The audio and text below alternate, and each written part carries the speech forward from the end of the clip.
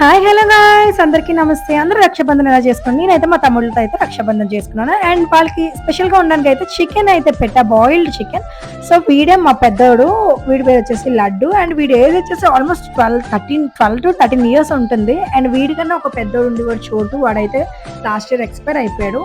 And వీళ్ళందరికీ అయితే మంచిగా అయితే నేను రాఖీ కట్టేస్తున్నాను, బొట్లన్నీ పెట్టించుకొని. అండ్ చాలా బాగా కట్టించుకున్నాడు, ఎందుకంటే అక్కడ ఎదురుగా చికెన్ పీసెస్ ఉన్నాయి, అది పెడతా అని అయితే కట్టించుకున్నాడు. అండ్ వీడి పేరు వచ్చేసి సోను. చాలా డేంజర్ తెలుసా గాయస్ వీడు.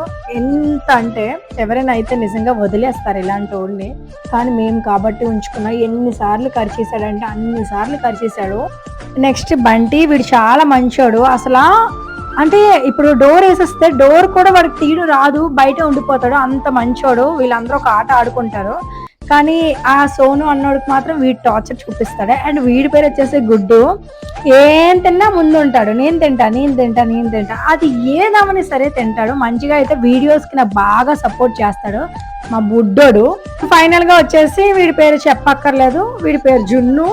కిలికిలికిలి మా అమ్మ అన్నాం అనుకో, వచ్చేసి మూతి నాకేస్తాడు. ఇంకా ఎక్కడున్నా సరే వచ్చేస్తాడు. కనబడలేదు అనుకో, ఎక్కడున్నావు అని వచ్చి ఒంగోని మరిచి వస్తాడు తెలుసా. అంత ఇష్టం వీడికి నేనంటే.